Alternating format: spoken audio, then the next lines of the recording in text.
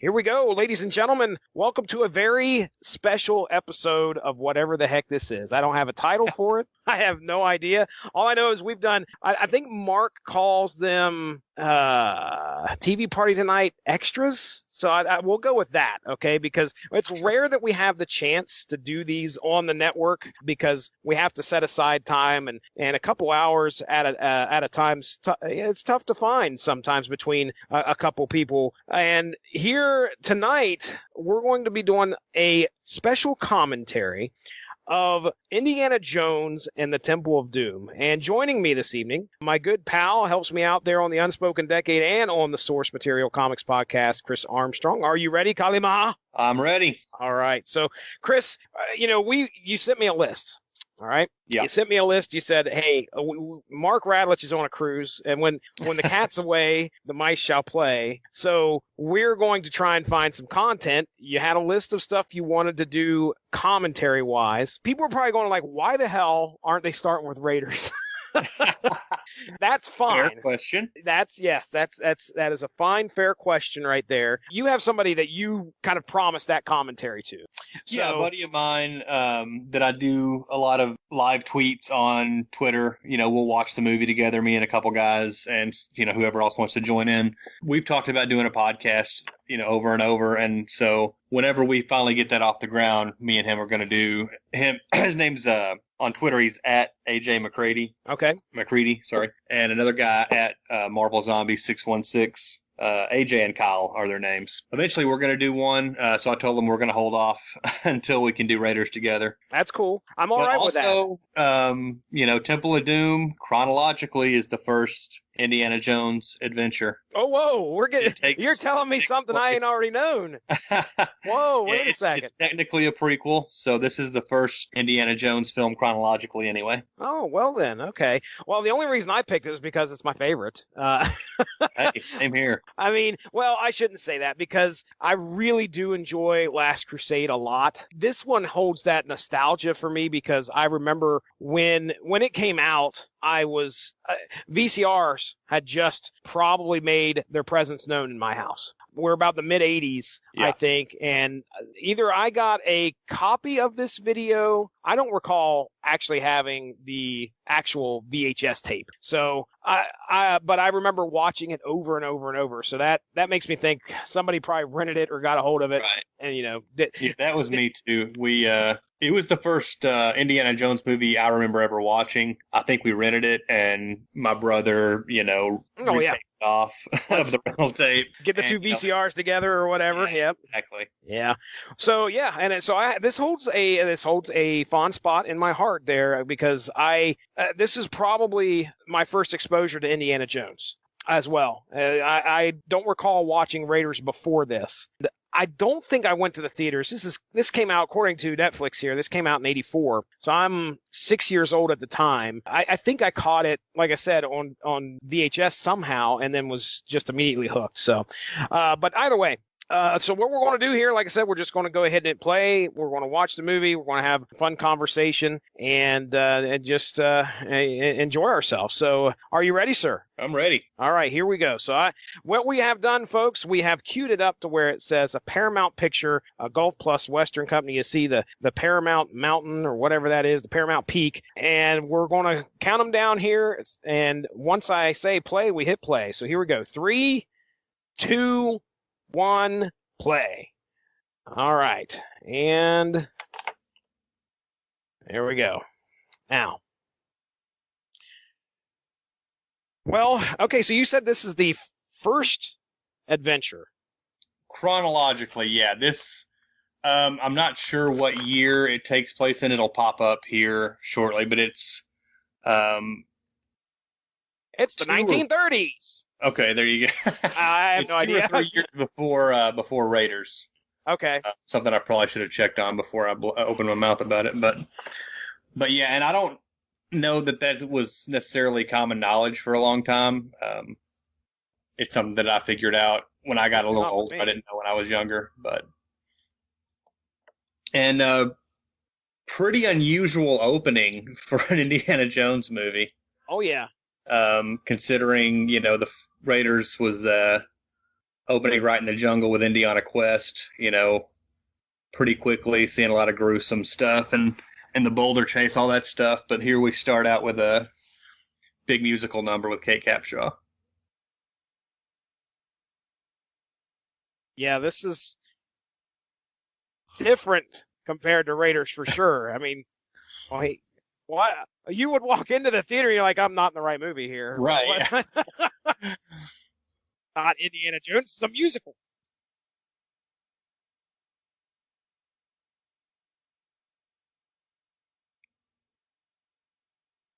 All right. Now, I yelled it was the 1930s, but that was just because uh, I have a habit here. My son has been playing a lot of Cuphead. I don't know if you've heard of that game or not, but Yeah, I'm familiar. I've never played it, but yeah, I'm familiar with it. well, it looks like 1930s animation. So every time I play it, it's the 1930s. So just had to reminds me of anyway. I still think I'm in the wrong movie here. Right. Harrison Ford at the beginning. Yeah. What is going on? This, I got to wonder if this is supposed to be like some kind of surrealism, because I don't see this big dance number taking place inside that nightclub. No, it is not. And this set here at the beginning, is it in Hong Kong? Yes. Okay. One of the reasons I like Temple of Doom the most, outside of just the nostalgia, is it's unlike any of the other Indiana Jones movies. Raiders and Last Crusade, both great, obviously, but they have a lot of similarities. The desert settings, the Nazis are the villains. There we go, 1935. Whereas this is kind of a wholly different type of Indiana Jones adventure.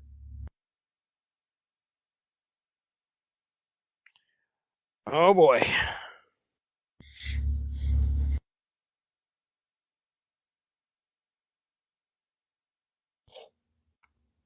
I see. I've got to adjust my volume. It got awful quiet.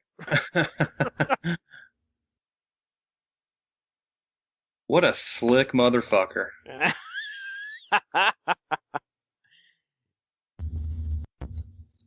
It shouldn't be a surprise, I guess, considering how much I love Indiana Jones and Star Wars, that Harrison Ford's been my favorite actor my whole life. Jack Ryan movies. That's what I was going to say. He's been in so much. Yeah.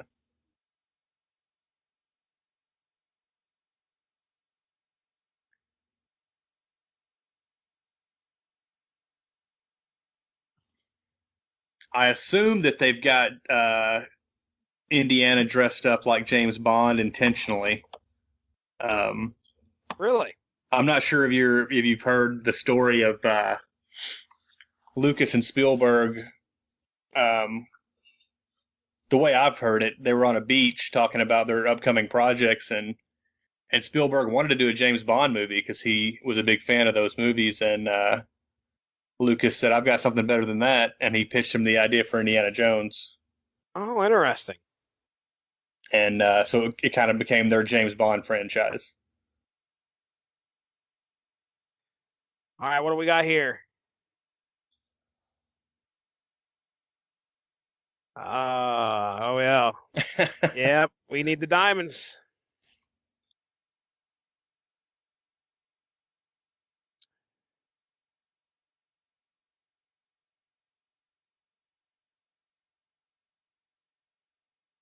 I saw a meme about this scene not too long ago.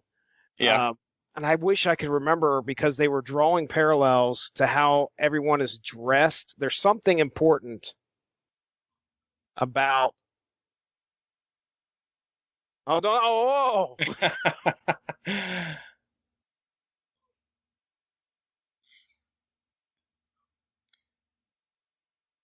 Kate Capshaw's character gets a lot of criticism. Does she really? A lot of people hate.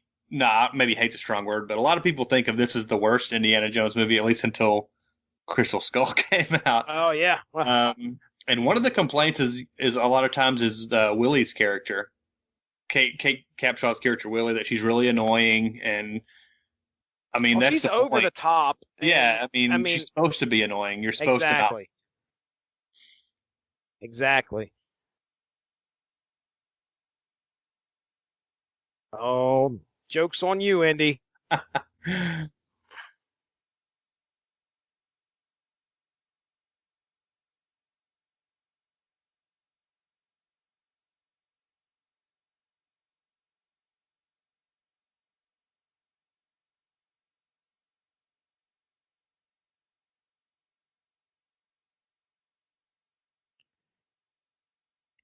Uh-oh.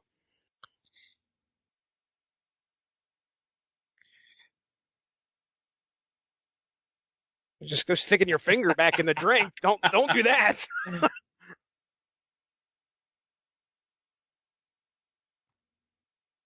That is a diamond right there. Jeez. Hell yeah.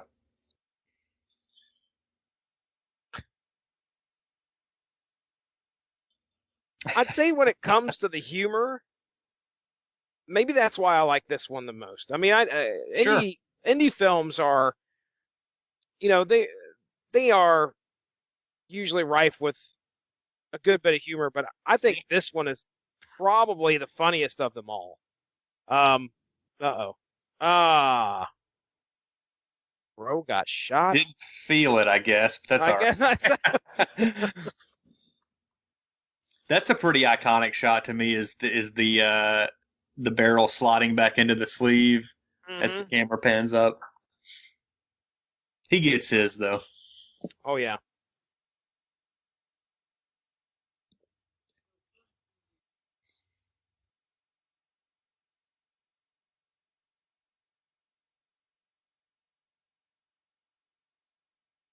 This scene is insane.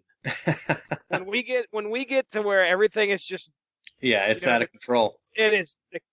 Oh man, here it comes. Oh. I'll probably be saying this several times, pointing it out several times. This movie is rated PG. That's right. This is the last one that is rated PG because isn't it this one that they decide that the PG-13 rating came in largely due to this movie because of how violent it is. Oh my gosh. Which I think retroactively it may be rated PG-13. Oh shit, now. Dude! Just punched her in the face. Hey, he's out of his wits. He's true. He's going through some things right now. Give him that.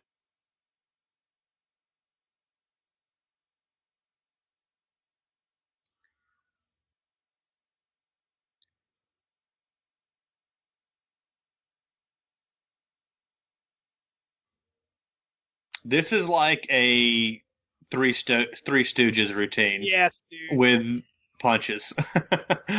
Clearly.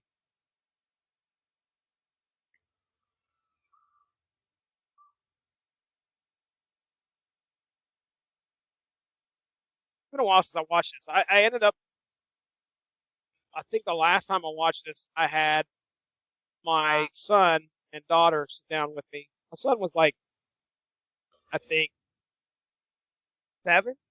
No, he was. Oh, jeez. He was. I think he was either 5 or 6.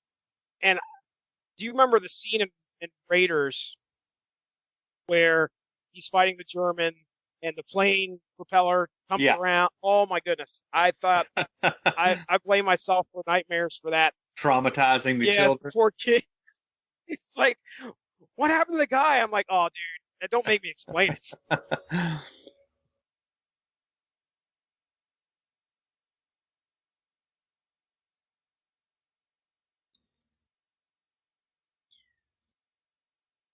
This is pretty smart too. There you go.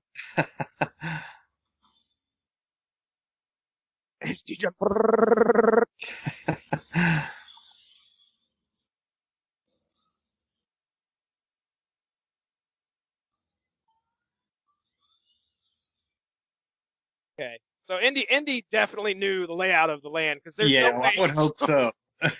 jumping out of the damn window, not knowing that stuff is there. Oh yeah, my man Data. I mean, short round.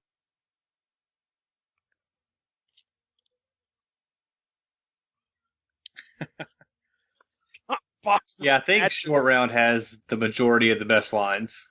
Agreed. The Club Obi-Wan. He knew what he was doing. Oh, yeah.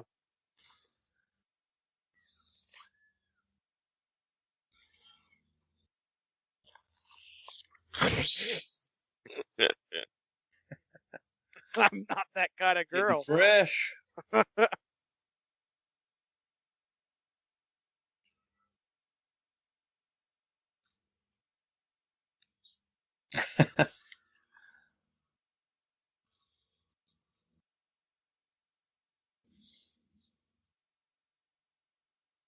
Everybody is avoiding getting run over by the vehicles in these crowded streets.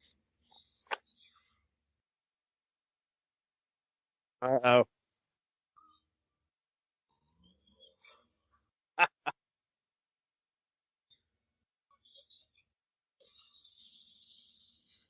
Nice shot. And boom goes dynamite.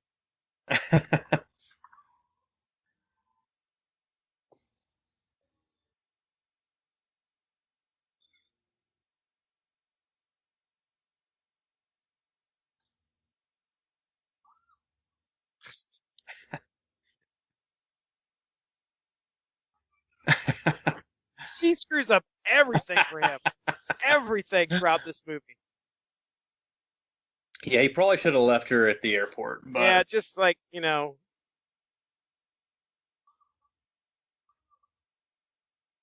Is that Dan Aykroyd? It is Dan Aykroyd. I'm not sure when I figured that out because they never get. I mean, you can tell kind of from the voice. Yeah. You never really get a good look at him. No, you don't. But yeah, that's a Dan Aykroyd cameo. I assume because Dan Aykroyd was in 1941. Was that the Steven Spielberg? I'm going to go with you and say, yeah, sure. I've never seen it. It's a comedy, and apparently it's really bad, but I've never seen it. Okay.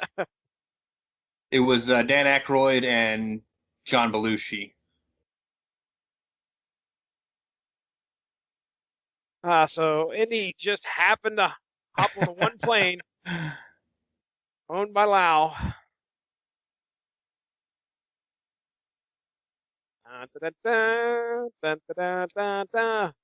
Best music in film, I think. The best theme. I love the Star Wars theme, Jaws, Superman. Notice I'm listing off all John Williams. Yeah. I was going to say, but John Williams owns movie themes, dude. I mean, the guy is unbelievable when it comes to some of the stuff that. And still at it, and he's in his 80s now. Yeah. But yeah, Indiana Jones has always been my favorite theme music.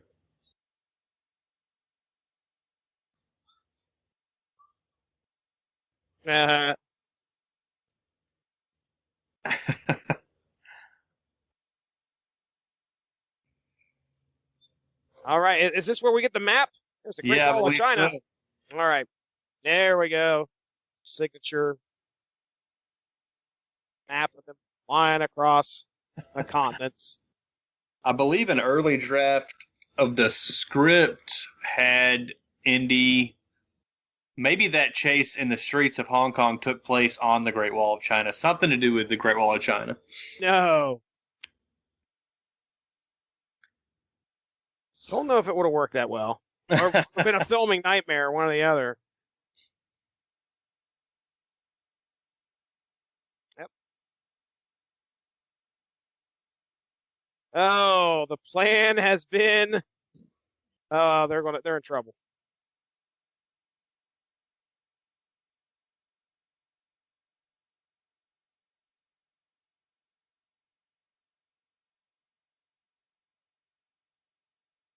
Not even going to take the chickens? I mean, these guys. Heartless. Yeah, dude. I mean, I guess Lau got a hold of him and said, hey, look. Right. Get ready because it needs to look all legit. Oh.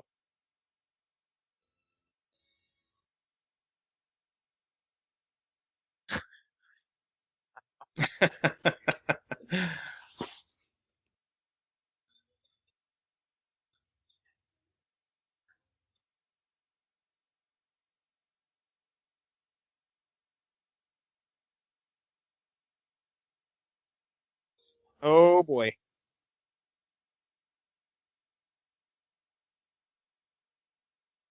Well, I think best this of is luck the here, only sir. plane I've ever seen with a steering wheel. That's true. But I don't know anything about aviation, so maybe that's accurate.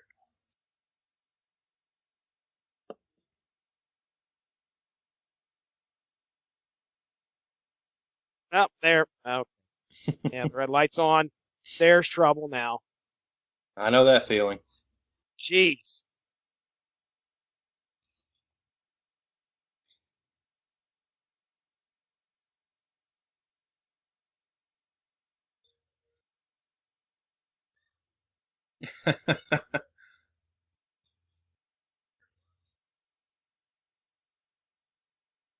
I will tell you that as far as death-defying escapes go, this looks the most fun I've ever Oh, for seen in my sure. entire life. If you know you're not going to die. Yeah, yeah. I mean, there has to be almost these exact specifications. I have to be in a plane, and there has to be a lot of snow below me. That's about it. And I have to be tied to the raft because there's the You know, a physics of lot this of happen. people want to complain about the nuke the fridge in Crystal Skull when he hides in the fridge Yeah. in the nuclear It, blast. yep. I don't think this is any less probable. You're not. Yeah, dude. There's. Sorry. I mean, this guy already in the span of the last 2 minutes, they should have been dead 5 times. Yeah. There's a tree and there's a rock. And then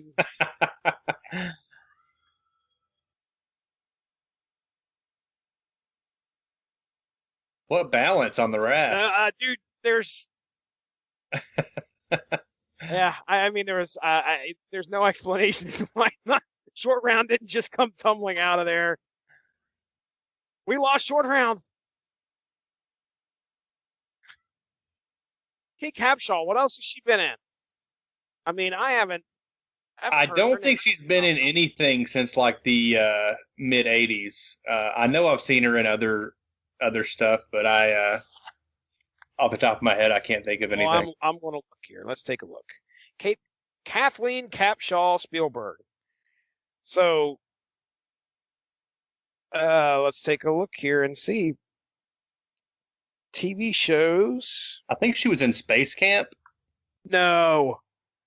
I believe so. That might be the only other movie I've seen her in. So, movies, when it comes to filmography, according to the wiki, that stops about 99. Okay. Space Camp was one, 1986. Uh, where I'm looking at some of the other ones here. I don't recognize anything. Oh boy.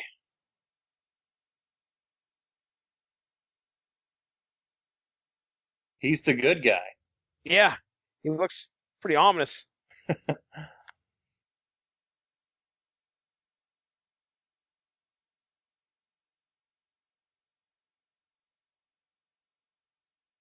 I mean, I guess he ain't got much else to do here, Indiana Jones.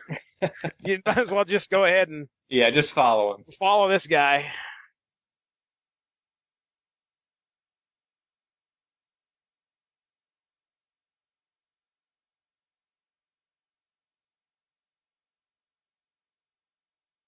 Now, this village has got one of the saddest stories Oh, no question. when, we find out why Indiana Jones is heading here.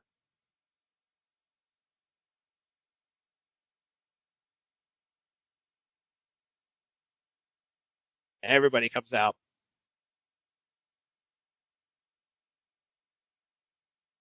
Now, I don't recall. I mean, everybody's acting like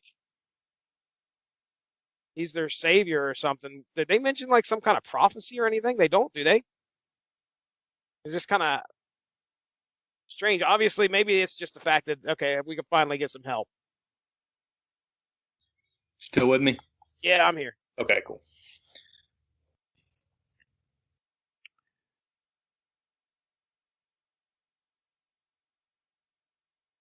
Oh man, I think Kate Capshaw is the everyman. Yeah, I mean, I think I can see where she's coming from. I'll be Yeah, honest. just handing her all sorts of weird stuff that. I You know, mean, it'll get worse. oh yes, it will.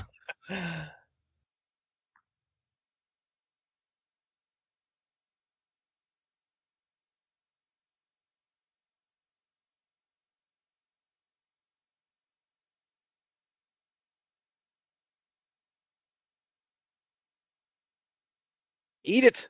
Put it in your mouth and chew. Oh, and the fly landed on it, dude. Uh, I don't know what it is, but uh, I feel for her a little bit. it doesn't look appealing.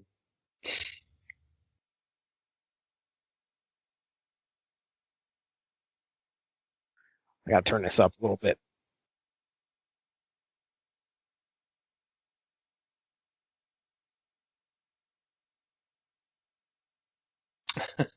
You're going to Bangkok.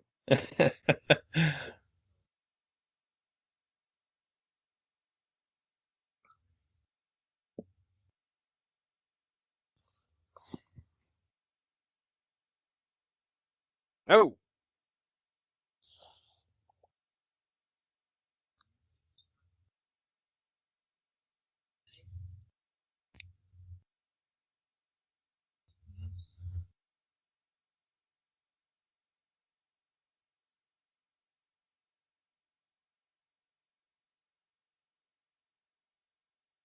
I think some of the stuff that appeals to me, probably a lot of people when it comes to Indiana Jones, and obviously you got the adventure aspect of it, but there is a lot of supernatural.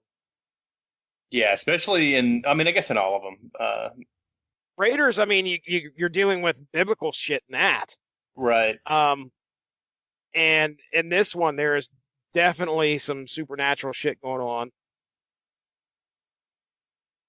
And even in Crystal Skull, that's more of sci-fi stuff, I Yeah, guess. we got But I science mean, fiction. So,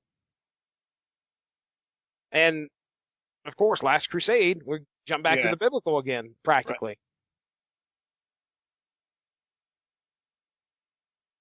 Ah, there is a prophecy. My bad. Yeah, they were waiting on somebody to show up.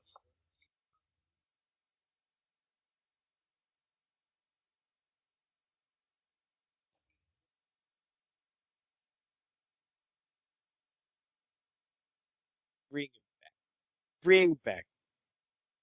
Bring.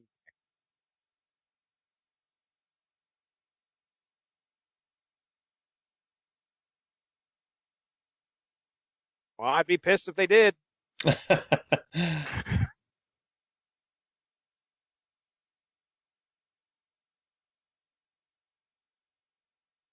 That dude's voice does not match that guy's body and face.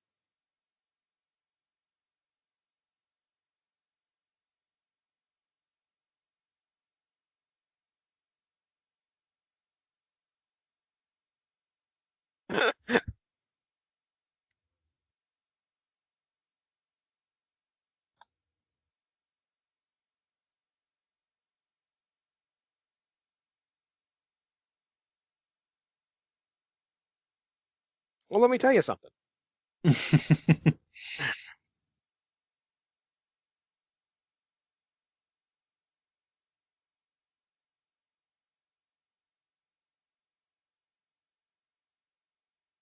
It doesn't give much of a timetable as far as like how long it's been since the kids were taken, and No, I but mean, I have to assume it's been a while. yeah.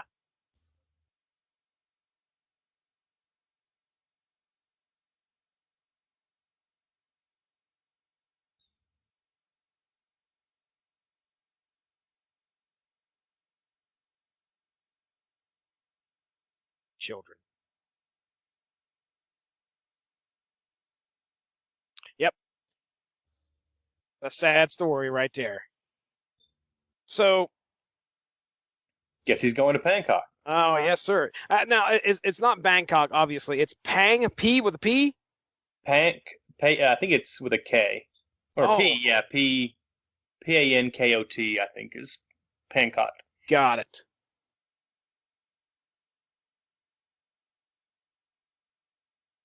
This poor kid. How did this kid get away? Yeah, Props. he's all beaten and everything on his back. And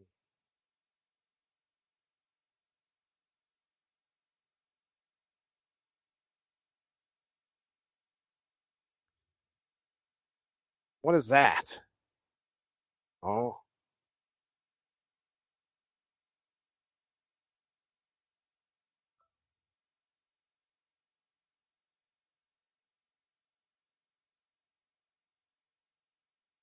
What do you give him? Let's see. I'm curious. I can't remember. The map? I think he was talking about the stones. Okay. Maybe I should turn my subtitles on while I'm at it. Let me see. There we go. One of the great lines of the trilogy coming up, too.